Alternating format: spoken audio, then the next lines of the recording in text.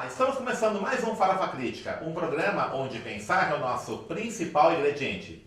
A cada programa, intelectuais, ativistas, artistas e outros arteiros comentam sobre temas contemporâneos. Farofa Crítica é uma produção do CELAC em parceria com o Departamento de Jornalismo e Editoração da ECA USP e apoio do Instituto de Estudos Avançados, o IEA da USP. Acesse o nosso canal www.youtube.com/farofacrítica, inscreva-se e clique no sininho para receber notificações de novos programas. E não esqueça, toda terça-feira o Farofa Crítica aperitivo com comentários meus sobre temas da conjuntura nacional e internacional. E às quintas-feiras o tradicional Farofa Crítica sempre após o almoço. Avise seus amigos, colegas, familiares e peçam para inscrever também no nosso canal para fortalecermos a nossa rede.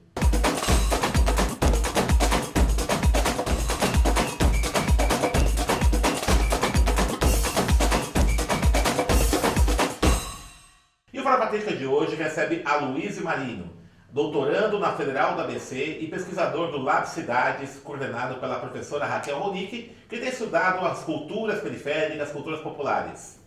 Aloysio, obrigado por ter aceito o nosso convite. Legal estar aqui, né? Fala um pouquinho aí sobre sua pesquisa, um doutorado na Federal da ABC. Você tem um trabalho muito interessante aí, né, das cartografias das ações culturais populares, né? Que você tem feito aí lá na Federal da ABC, esse trabalho da cartografia também. Eu que agradeço o convite, professor. Eu venho trabalhando há bastante tempo com a perspectiva da pesquisação, né, numa perspectiva de pesquisa não somente observadora, não somente de um lugar de pesquisador que enxerga os fenômenos e os compreende num lugar de neutralidade, mas sim de uma pesquisa engajada e de uma pesquisa que não compreende objetos, mas compreende interlocutores de pesquisa. Eu já venho há muito tempo trabalhando com coletivos culturais de periferia, como o senhor comentou, né? Mesmo sob sua orientação na CELAC. Foi ali um período bem interessante da minha pesquisa. Isso foi se desdobrando, né? Pegando essa ação coletiva que tem uma base territorial, né? Que tem uma relação com os territórios e que tem um impacto muito presente. Não é só uma ação da arte pela arte, mas uma ação que transforma o lugar onde ela está inserida.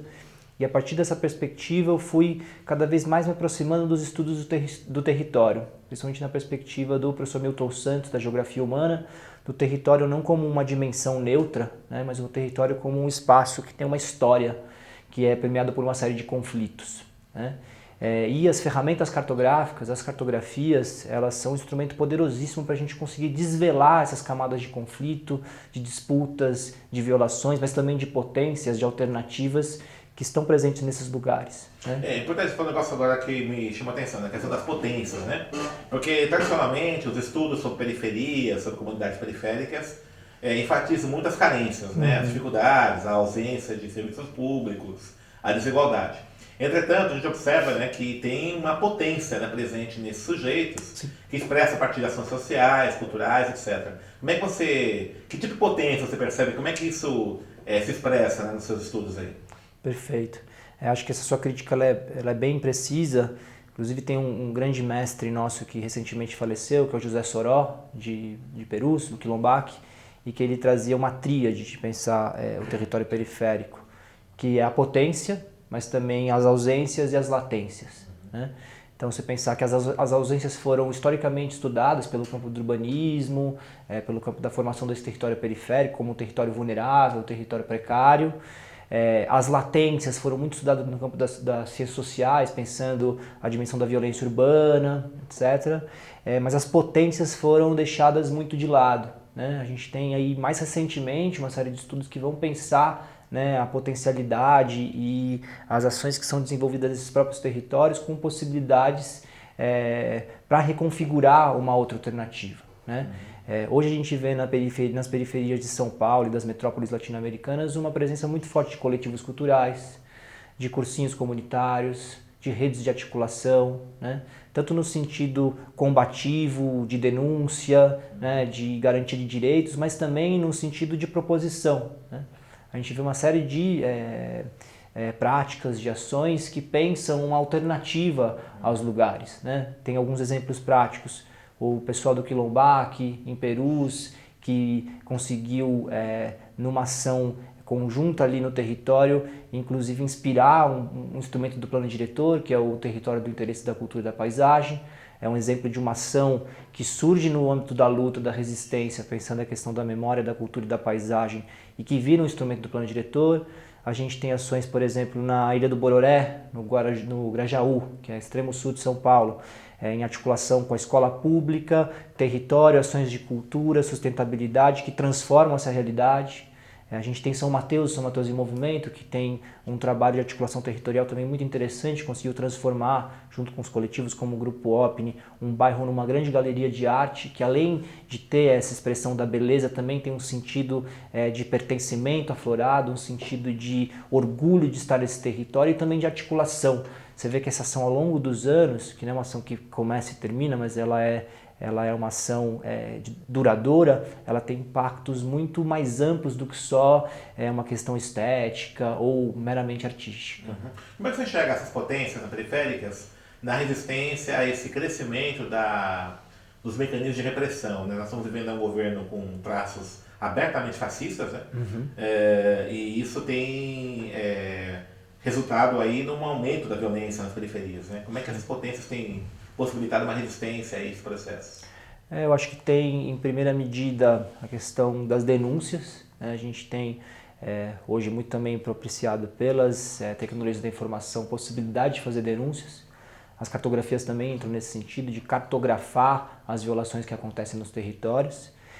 Também tem o sentido de enfrentamento, esses coletivos se articulam em redes e conseguem enfrentar em campo institucional também.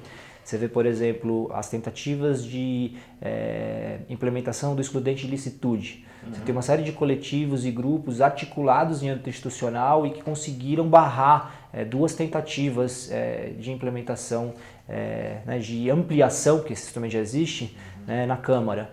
E aí você vê que o governo começa a tomar outras medidas, mas os coletivos e os grupos autônomos tiveram uma importância nisso. E eu acho que a questão principal, e que para mim é muito relevante, é o campo da experimentação. Né? Os coletivos experimentam formas alternativas. Né? Então, quando a gente pensa, por exemplo, numa realidade que não é de hoje, a violência ela constitui as periferias. Né? A violência ela é um mediador.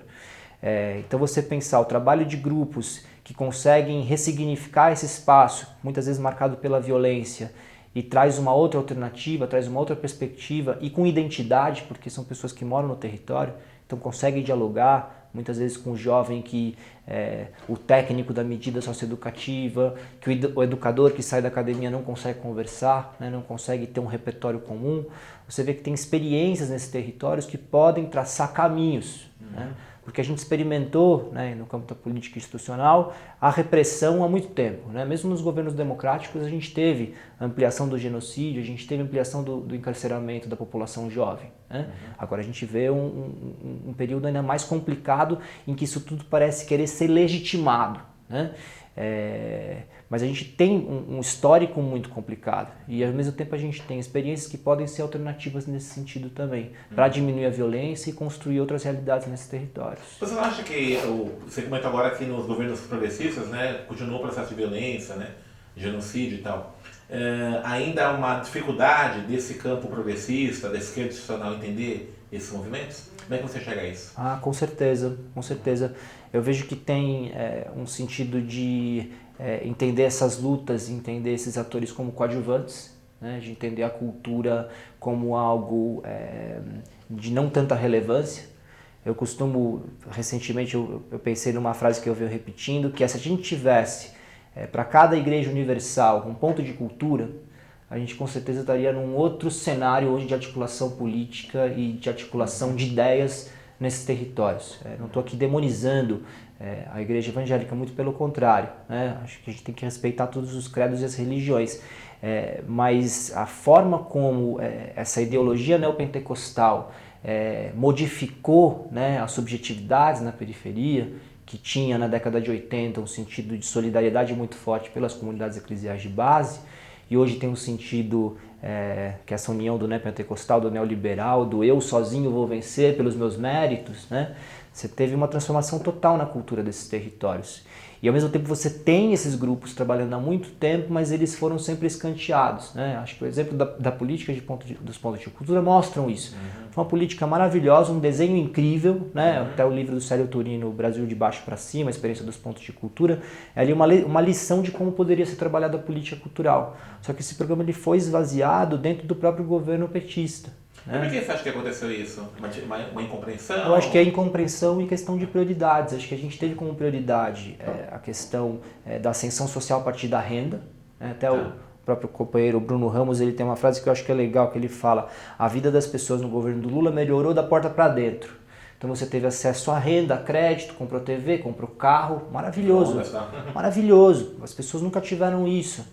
Mas ao mesmo tempo, essas pessoas que tiveram a melhora da porta para dentro, da porta para fora não viram a melhora. E com a entrada dessas outras subjetividades, o fortalecimento desses movimentos que pensam um estilo de vida cada vez mais individual e menos coletivo, isso se tornou uma armadilha. E talvez um trabalho de acesso à renda, mas também um trabalho de acesso pela cultura fosse um instrumento interessante. Né? A gente teve o acesso à educação, é claro, não estou aqui querendo demonizar, a gente teve as cotas, a gente teve o ProUni, né, o acesso às universidades, mas ao mesmo tempo muitas vezes em universidades, principalmente as privadas, que tem uma lógica de mercado neoliberal, individual e meritocrata, que também muitas pessoas que foram beneficiadas por esses programas acabaram votando no outro candidato, no atual presidente. Né? Então se a gente tivesse talvez um fortalecimento desses grupos do território, com identidade com o território, para ter uma massa crítica nesses espaços mais presente, e que tivesse força para bater de frente com as igrejas, que tem muita força, com o crime organizado, que também tem muita força, a gente talvez tivesse um outro momento. Essa pegada muito essa questão, essa discussão que você está falando é interessante, né? Que é esses modelos de sustentabilidade, né? O próprio Vladimir Safata, ele fala no livro dele sobre afeto com política, que tem fortalecido esse ideal empresarial de si, né? Não só do ponto de vista dessa coisa de empreendedorismo e tal, mas, por exemplo, quando a pessoa ela enxerga a sociedade como um campo de disputas apenas e não de conexões, solidariedade, de cumplicidade, né? E aí a cultura poderia ser uma forma disso. Sim, agora veja, eu não sei como é que você pensa nisso, né? Quando nós tivemos aí no governo Dilma a entrada da Ana Maria de Holanda, né? Nada contra a pessoa dela, pelo contrário, né? Deu uma irmã dela muito menos, mas houve uma mudança cultural, né? No governo petista, né? E aí começou a pensar a cultura como espetáculo apenas aquele mainstream da cultura, né? Com todo o respeito que nós temos, e não pensar essa cultura como direito, né? Como é que você chegou a esse processo aí, né? Acho que ali foi um momento de uma virada, né? De chave, né? Ali tem um momento de virada. Acho que não só nesse campo, mas em outros campos, né? Principalmente a partir de 2012, que você tem esse início da crise econômica e você tem uma virada completamente do governo, né? Que vai para o sentido neodesenvolvimentista pleno, total, foca na economia e a questão, né? Obviamente capitalista, que nunca deixou de ser, né? Sejamos sinceros, mas que a cultura que já não era prioridade, né? Se a gente pegar historicamente o orçamento dos pontos de cultura, nunca foi um orçamento assim muito relevante, né? Comparando, por exemplo, com a própria Lei Rouanet. Em nenhum momento houve de fato uma vontade política para que isso se modificasse, né? Mas realmente a gente pega o orçamento que era na casa de 1 milhão e ele vai quase a zero, né? O programa ele de fato ele acaba. Eu acho que tem esse momento, sim, mas eu acho que é um sentido histórico mesmo, de que a cultura é algo sem relevância. Né? A relevância está no campo de outras lutas, muito num repertório de movimentos sociais da década de 80, que tem uma importância enorme.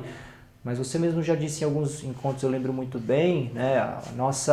Essa classe trabalhadora da década de 80, que se construiu em torno dos sindicatos, em torno desses movimentos de base, já não é mais a classe trabalhadora de hoje. Se identifica com outras perspectivas, como por exemplo a do empreendedorismo. Né? Então esse empreendedorismo não poderia ter sido um empreendedorismo cultural, de base territorial e social nesses lugares? Né? Não poderia ter um outro tipo de política para incentivar essa ação, não só de acesso à renda, mas de criação e geração de renda com um trabalho engajado? A gente poderia ter tido essas alternativas, mas acho que houve uma uma falta de leitura mesmo da importância da dimensão cultural no jogo político e na articulação dos territórios. Você não acha, Luísa, que tem uma geração da esquerda, anos 70, 80, que ela não quer, ela não... me parece um pouco, às vezes, né, um certo tipo de gerações, né? Que quer paternalizar esses movimentos novos, né? Não quer entender um pouco essa dinâmica, e aí trava até mesmo a sessão de novas lideranças. Como é que você vê isso? É uma impressão muito pessoal minha, pode ser. Não, eu acho, com certeza, isso tem choque de gerações, ao mesmo tempo também que tem pessoas mais velhas que têm um diálogo maravilhoso e tem uma compreensão incrível, e ao mesmo tempo também tem jovens mais novos que eu da minha idade, que também tem uma cabeça super antiquada e ainda funciona nessa lógica da década de 70 e 80, né? Acho que não é só isso, mas sim, se a gente pensar principalmente... de ideias, são pessoas mas principalmente nos dirigentes políticos, né, da esquerda, a gente vê que realmente não tem uma abertura para essas novas ideias, a não ser que seja uma abertura só até um ponto, né? Mesmo a própria agenda de representatividade da esquerda, hoje eu acho ela muito problemática. A representatividade é muito importante, mas a representatividade tem que ser regra, né? Não é exceção, né? A gente fala de um país onde os negros são maioria, onde as mulheres são maioria, onde os pobres são maioria, não é minoria. A gente importa um conceito de minoria que ele é completamente enganoso, né? Então a representação ela tem que ser a regra e não a exceção, né? Não dá pra gente querer ficar disputando hoje no campo das cadeiras do Legislativo, por exemplo, uma candidatura que vai ser a candidatura representativa que vai disputar os mesmos votos da esquerda aqui em São Paulo, no caso do eixo da Zona Oeste. Quando a gente deixa, né, os grandes coronéis políticos disputando os votos da população mais pobre, das camadas populares, que muitas vezes estão perdidas nesse jogo político de esquerda e direita, nem conseguem entender qual que é a diferença de um para o outro, em lances da mais velha e pior das políticas, né, clientelistas, coronelistas, né?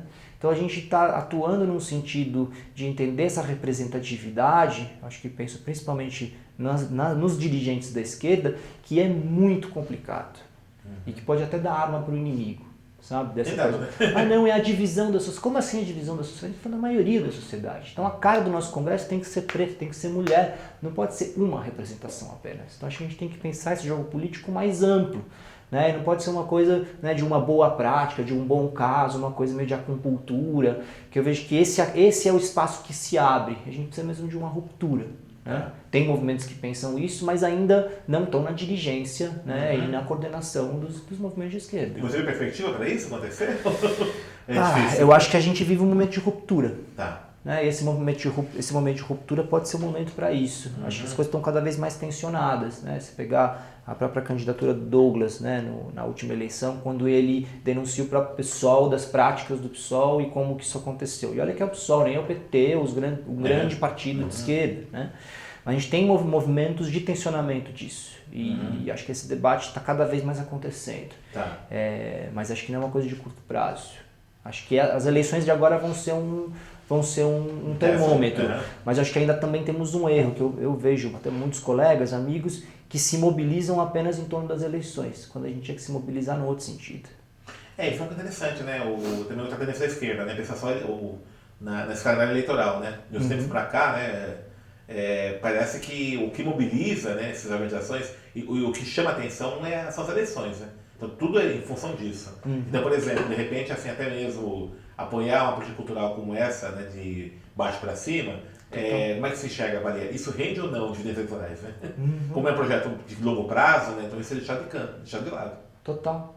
Acho que é um erro de leitura enorme, né? Porque quando a gente pensa o que pega para a população são sempre os problemas de nível local. Né? Dificilmente você vai ver que vai ser o dólar que vai modificar o voto de um senhor, de uma senhora da periferia. É aquilo que está, é o que está ali no chão mesmo, né? É o que ela sente. E aí eu volto a reforçar, né? Hoje quem trabalha essa questão da dimensão local são esses coletivos. Eu não consigo ver outros atores que estão trabalhando isso de forma satisfatória, a não ser em exemplos muito pontuais, por exemplo, Heliópolis a Unas, que é uma organização que vem da década de 70 e hoje permanece com a mesma estrutura. Né? Não é só uma associação que presta serviços como a maioria virou, né? Associações de bairro que prestam serviço. Mas além desses exemplos pontuais, eu não consigo ver um outro movimento que tenha esse trabalho como os coletivos. Né? E eu venho apostando bastante, voltando para a cartografia, nessas ferramentas de mapeamento participativo, coletivo e cartografia social, como formas da gente pensar uma outra leitura política e uma outra forma de se pensar a política nos territórios. Certo. Isso não é só uma ação local, né? Porque eu sempre recebi muitas críticas dos meus colegas de gestão de políticas públicas, que mas você só atua em campo local. Mas a gente tem que atuar em campo local para conseguir conectar uma agenda mais ampla. Não dá para a gente pensar uma agenda revolucionária ampla sem dialogar com as pessoas que estão sofrendo os problemas mais básicos ali na ponta, né? Então essas ferramentas de cartografia são uma forma muito interessante, porque o território mobiliza, né? O território é uma coisa que une as pessoas, é o chão que eles pisam, né? Milton Santos já falava, território e cultura são quase sinônimos, porque o território remete pertencimento e identidade. Então, as pessoas se fala que o global está no território também. Exato. O global está no local. Né? Agir local, pensar global. Não, isso, né? Então, o local, né? Todos esses pensamentos, eu não estou falando aqui nada novo, não estou inventando a roda. Já tem, inclusive o debate entre o Elisée Reclus e o Karl Marx era um debate muito parecido, né? Um geógrafo que pensava uma política construída na base local e um pensador que pensava uma revolução de uma classe trabalhadora universal. Né? E aí você já tinha um contraponto nesse período. Né? Então, a gente tem aí experiências, a gente tem pensadores muito importantes, acho que o principal aqui no Brasil é o Milton Santos, né? Que mostram que isso é possível. Né? Tem um outro professor também bem interessante, que é uma referência grande para mim, que é o professor Renato Emerson dos Santos, da Federal do Rio de Janeiro, geógrafo negro, um cara novo, tem uns 40 e poucos anos, que trabalha também a ideia dos ativismos cartográficos. Certo. É muito o que eu estou pensando também para a minha tese de doutorado. Pensar esse campo da cartografia, que hoje não é mais a cartografia europeia colonizadora, não só isso, né, de domínio exclusivo militar e do Estado. Hoje você tem uma democratização dos mapas. Né? A gente tem um Google, por exemplo, que é super contraditório, mas todo mundo tem um mapa na mão. Então a gente não pode mais falar dessa antiga cartografia. Hoje a gente tem um mapa à disposição de todos. Então como que a gente pode trabalhar esse dispositivo como uma forma de repensar os territórios, de ativar os circuitos políticos, principalmente. Principalmente nesse momento que a política está, o pós-político, né? O apolítico, eu não sou político, eu sou gestor. Então acho que o trabalho da gente retomar a discussão política nos territórios, a cartografia é um instrumento poderosíssimo para isso. Você tem feito muito esse trabalho de cartografia, oficinas e tal, né? Bastante. Qual tem sido os resultados, as experiências suas aí? Uma experiência bem interessante, professor, que eu acho que é interessante destacar, foram uma série de cartografias que a gente conseguiu desenvolver no território central da cidade de São Paulo, onde está o fluxo da Cracolândia. Certo. Que é um território extremamente complexo, marcado por uma série de conflitos, onde não tem um sentido de comunidade, um laço comunitário, né, forte, como por exemplo favelas e periferias normalmente têm, né, muito pelo contrário, a relação de conflito é muito presente. E mesmo num território como esse, foi possível elaborar uma série de cartografias, estando na rua, mesmo com pessoas usuárias de drogas, ou com as pessoas que moram ali, crianças que inclusive moram naquele território e sofrem com a repressão cotidiana da polícia. E a partir dessas cartografias foi possível perceber essas violações que não são mencionadas, porque quando aparece na mídia a bomba no nóia, no morto-vivo, no cara que nem humano é, mas a criança que estuda no colégio, que mora na pensão, também sofre. Então a gente conseguiu entender a complexidade dessas violações e também construir propostas. Propostas das mais simples, como por exemplo, uma senhora lembra muito bem, se tivesse um banheiro público já melhorava muito. Né? Se a gente tivesse banheiros públicos no território já melhorava muito a condição e diminuiria os conflitos. Porque imagina, você mora numa casa que o cara vai lá e faz o xixi na sua casa. Certo. Porque ele não tem opção.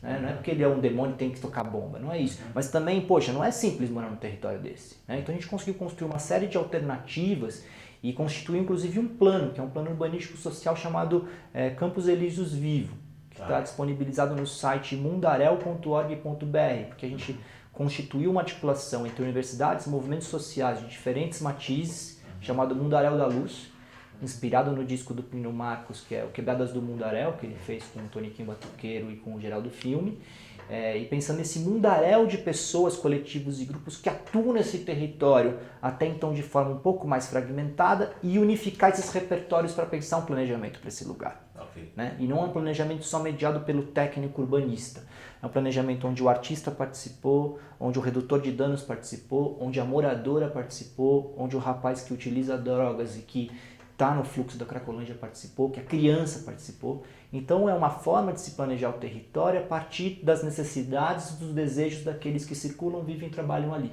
Né? E a cartografia foi uma ferramenta fundamental para a gente desenvolver esse planejamento alternativo.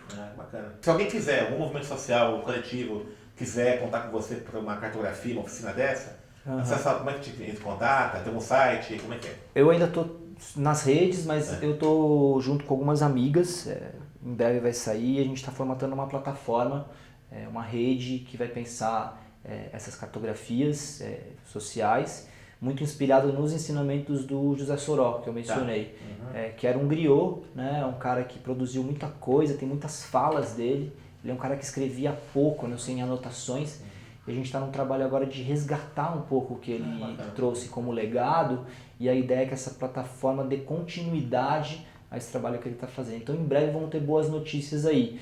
Mas as minhas redes estão aí, Aloysio Marino, tanto no Face, Instagram, Twitter, com Z. Aloysio Marino. E eu sempre sou procurado e faço muita coisa. Né? Quando é um movimento social, que eu sei que são movimentos sérios, que tem um trabalho engajado, muitas vezes até de uma forma voluntária é possível superfazer. Né? Legal. Mas eu também tenho essa rede de amigas, principalmente, que trabalham com essa perspectiva cartográfica e que também é possível também ativar e a gente desenvolver essas ações conjuntamente. Então é só procurar na rede social, no Facebook, Aloysio com Z, né? No Face ou no Instagram. Estou usando mais o Instagram hoje, que o Facebook está... O Instagram qual que é o endereço? Também é Aloysio Marino. Aloysio Marino, ok. Tem um nome diferente, então é único. Legal, Luizão. Valeu, cara. Professor, eu que agradeço. Bola. Valeu, parabéns. Maravilha. Pelo trabalho, né? Para nós. Legal. Então, para o Patente encerrar mais o programa de hoje, que eu conversou com o Aloysio Marino, que tem trabalhado com cartografias sociais, coletivos culturais, né, e discutiu aí uma nova forma de fazer política a partir da base, a partir dos territórios. Acesse o nosso canal youtube.com/farofacrítica. Não esqueça de inscrever-se e clicar no sininho para receber notificações de novos programas. E para encerrar, uma frase do grande Mano Brown: se o seu fundamento é o mesmo que o meu, um dia a gente se encontra lá na frente.